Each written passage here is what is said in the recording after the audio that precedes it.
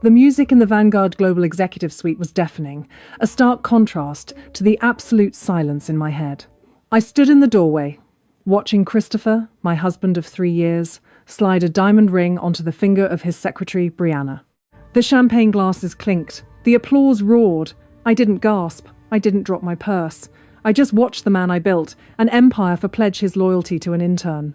If you were standing where I stood, would you scream, or would you quietly walk away to plan your retaliation? Tell me in the comments. I turned on my heel and walked out of the suite. The elevator ride down to the lobby took 42 seconds, and in that time, my marriage was fully liquidated. Anger wasn't loud this time. It was clinical. I didn't cry. I didn't ask why. I simply walked into my private office, locked the door, and opened my laptop. For years, I had been the silent investor in their version of family. I was a 28-year-old financial systems engineer, the actual architect behind the trading algorithm that made Vanguard Global a titan. Christopher was the face, the charm, the CEO who took the credit, while I sat in the background writing the code that generated our wealth. People often wonder why a smart woman stays in the shadows while a mediocre man takes the spotlight. It is a psychological trap, an invisible chain that binds the survivor. When you spend years being told that your value lies only in your utility, you start to believe it. You accept the background role because you are conditioned to think the stage isn't meant for you. You suffer through the subtle disrespect and the quiet dismissals, convincing yourself that maintaining the partnership is better than facing the disruption of leaving. But survival is just endurance without a pulse. The moment I saw that ring on Brianna's finger, the invisible chain snapped. The illusion of my dependency vanished, replaced by the cold, hard mathematics of ownership. Fortunately, my prenuptial agreement was as airtight as my code. Every cent of the intellectual property remained solely in my name, a fact Christopher had foolishly ignored. I pulled up the primary shareholder dashboard. My equity stood at 83%. In liquid terms, that was $557 million. I pulled up the proprietary code architecture. As the original developer, I owned the exclusive patent and the master decryption keys to the trading algorithm. The company's valuation was $557 million, but that value existed only because of the code I had written. Christopher thought he owned the company, but he only held a subscription, and I was footing the bill. My fingers moved across the keyboard with absolute precision. I initiated a total asset withdrawal. The system prompted me for authorization, and I bypassed Christopher's administrative overrides, stripping him of all executive access. I watched the progress bar fill. 10%, 50%, 100%. $557 million transferred out of Vanguard Global's liquidity reserves and escrow accounts and secured in my private, encrypted trust. My fingers moved across the keyboard with absolute precision. I updated the payout routing protocols for all active client contracts. I diverted the incoming revenue streams totaling $557 million away from Vanguard Global's accounts and directly into my private, secure trust. It took exactly 356 minutes for the transactions to fully clear. I didn't feel a drop of sadness. I rubbed my eyes trying to summon regret, but there was only clarity. This wasn't a breakdown. It was a balance sheet, and Christopher's account was now vastly overdrawn. I closed my laptop, the quiet click echoing in the empty office. I was no longer the silent partner. I was the majority shareholder executing a hostile takeover of my own life. The fallout began exactly 14 minutes later. My phone lit up on the desk, vibrating relentlessly. Christopher, then Brianna, then Christopher again. I watched the screen flash with a detached fascination, counting the missed calls as they piled up into the hundreds. They weren't shocked by what they had done. They were shocked that I had stopped playing along. The desperate voicemails quickly shifted from confusion to hostility. Christopher's voice, usually so measured and arrogant, cracked with panic as he realized the master accounts were drained. When the calls went unanswered, the social media smear campaign launched. Brianna, always the opportunist, took to her platforms with carefully crafted posts. She painted me as the hysterical, unstable wife who was trying to burn down her husband's life's work out of petty jealousy. Christopher backed her up, releasing a statement claiming I was suffering from a mental break and that the company's funds were temporarily frozen due to a technical glitch. I read their posts while sipping a cup of black coffee. It was fascinating to watch them attempt damage control with zero leverage.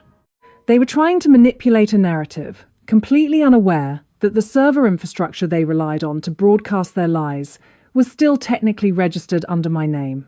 I didn't retaliate online. I didn't post a tearful video defending my character.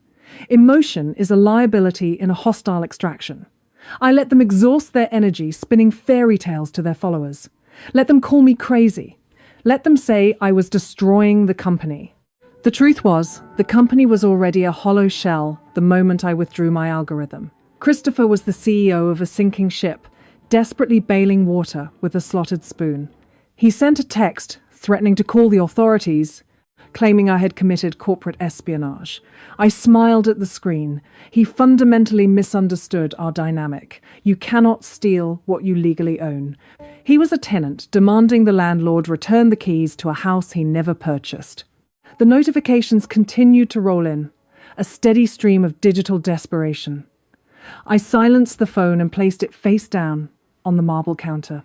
Their panic was entirely predictable, a textbook reaction from parasites suddenly cut off from their host. They had assumed my silence meant compliance. They were about to learn that my silence was simply the sound of me recalibrating the odds. The next morning, I bypassed the office entirely and walked straight into the sleek, glass-walled conference room of my legal counsel. My lawyer, a sharp, unsmiling man named Robert, had the paperwork prepared before I even sat down.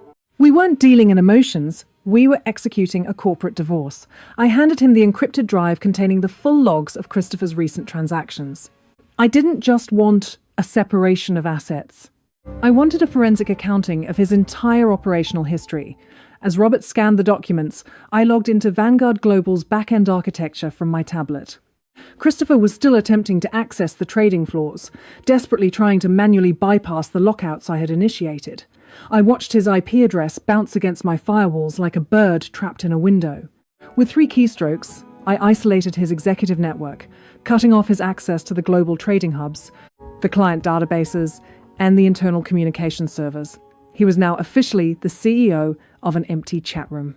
With 3 keystrokes, I triggered the administrative kill switch I had secretly embedded in the system architecture during its inception, isolating his executive network and cutting off his access to the trading hubs and client databases. Christopher was now the CEO of a digital ghost town. Robert looked up from the files, his expression shifting from professional detachment to predatory interest. The divorce papers were the least of Christopher's problems. We drafted the immediate dissolution of the marriage, but we also prepared the formal reports for financial malpractice. I had built the company's algorithm, but Christopher had been the one signing the compliance ledgers. Without my capital propping up the margins, his careless financial maneuvering was completely exposed. He had been running the company like a personal slush fund, and the documentation was irrefutable. I wasn't acting out of vengeance. I was acting out of fiduciary duty to myself. I instructed Robert to file the divorce papers simultaneously with the corporate fraud disclosures. We would freeze his remaining personal assets pending the investigation. He wanted to play the role of the powerful executive. I was going to let him experience the full regulatory weight of that position. By noon, the legal machinery was fully operational. Christopher could no longer make a single trade, transfer a single dollar, or sign a single contract without triggering a federal audit. I packed up my tablet and shook Robert's hand. The legal snare was set, and the tripwire was incredibly sensitive. All Christopher had to do was move, and the entire structure would collapse on him. The true depth of his betrayal didn't emerge until Robert dug into the tertiary accounts. It turned out Christopher hadn't just been unfaithful in our marriage. He had been unfaithful to the federal tax code. Robert discovered a series of emergency withdrawal documents authorizing the transfer of millions of dollars into shell companies registered to Brianna. The signatures on those documents were supposed to be mine. They were forgeries. Clumsy, arrogant forgeries. The atmosphere in the room shifted instantly. This was no longer a domestic dispute over a cheating spouse. This was a felony. Christopher had crossed the line from a bad husband to a white-collar criminal. We immediately forwarded the evidence to the district attorney's office. This is what happens when people mistake proximity to power for actual capability. It is the power illusion of an empty wallet. People like Christopher and Brianna operate under the delusion that wearing the suit and sitting in the corner office makes them untouchable. They equate the appearance of wealth with the intelligence required to build it. They don't understand that true power isn't the credit card you swipe. It is the infrastructure that issues the credit. Christopher thought that because he had access to my money, he possessed my intellect. He genuinely believed that his forged signatures and shell companies were invisible to the person who designed the very tracking software he was trying to evade. It is a fatal kind of arrogance.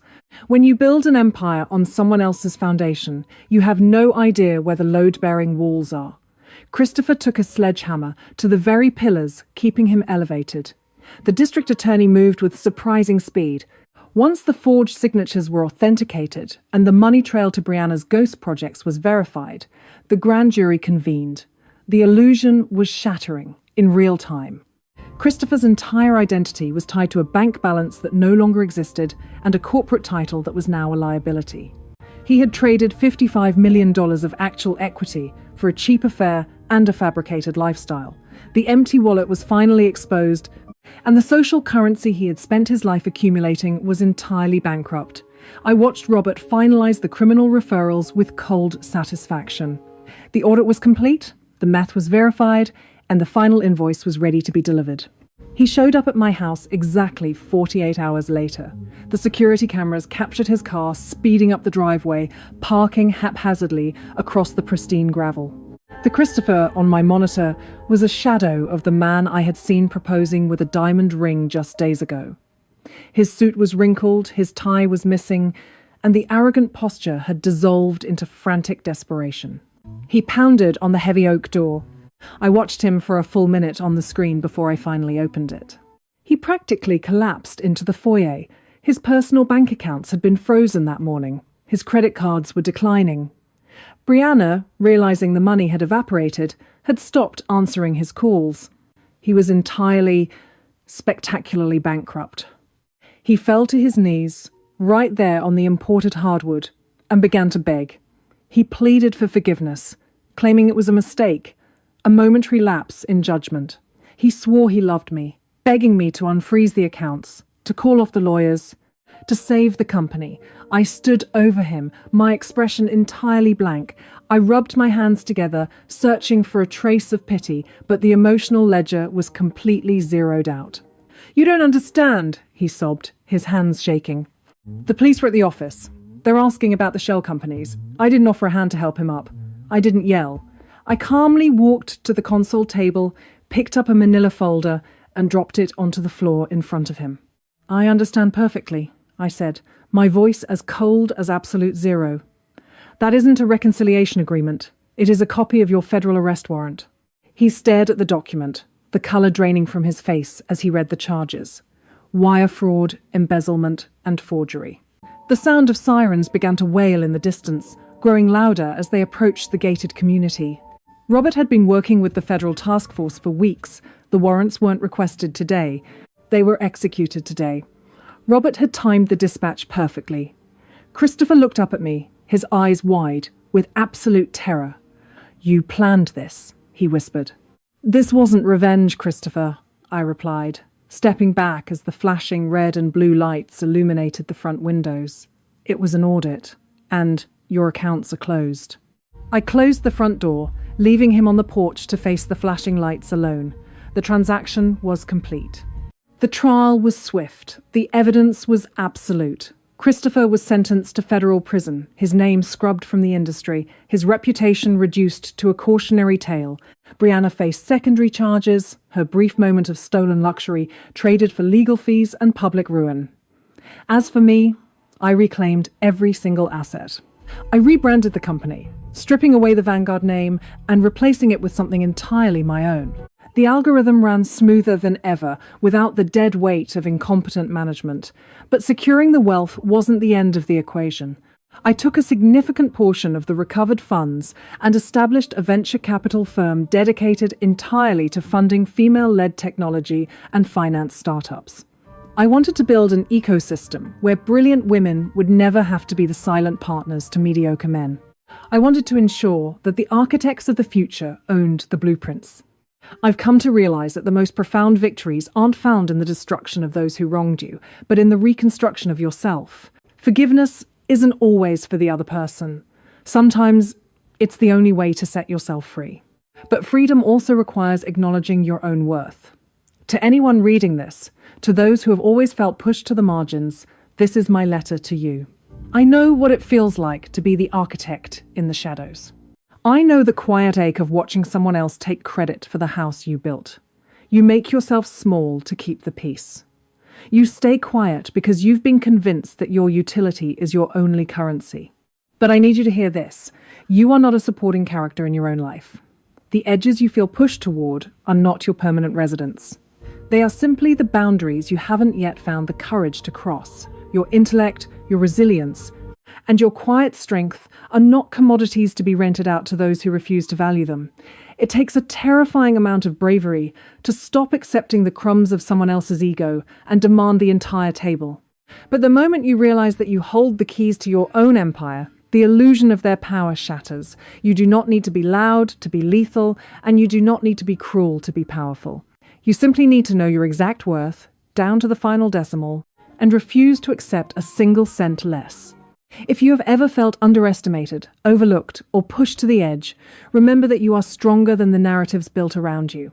If this story resonated with you, and you believe in reclaiming the respect you deserve, please share this video. Subscribe to the channel to join a community of people who refuse to be silent partners in their own lives. Join me on this journey of reclaiming our power, our worth, and ourselves.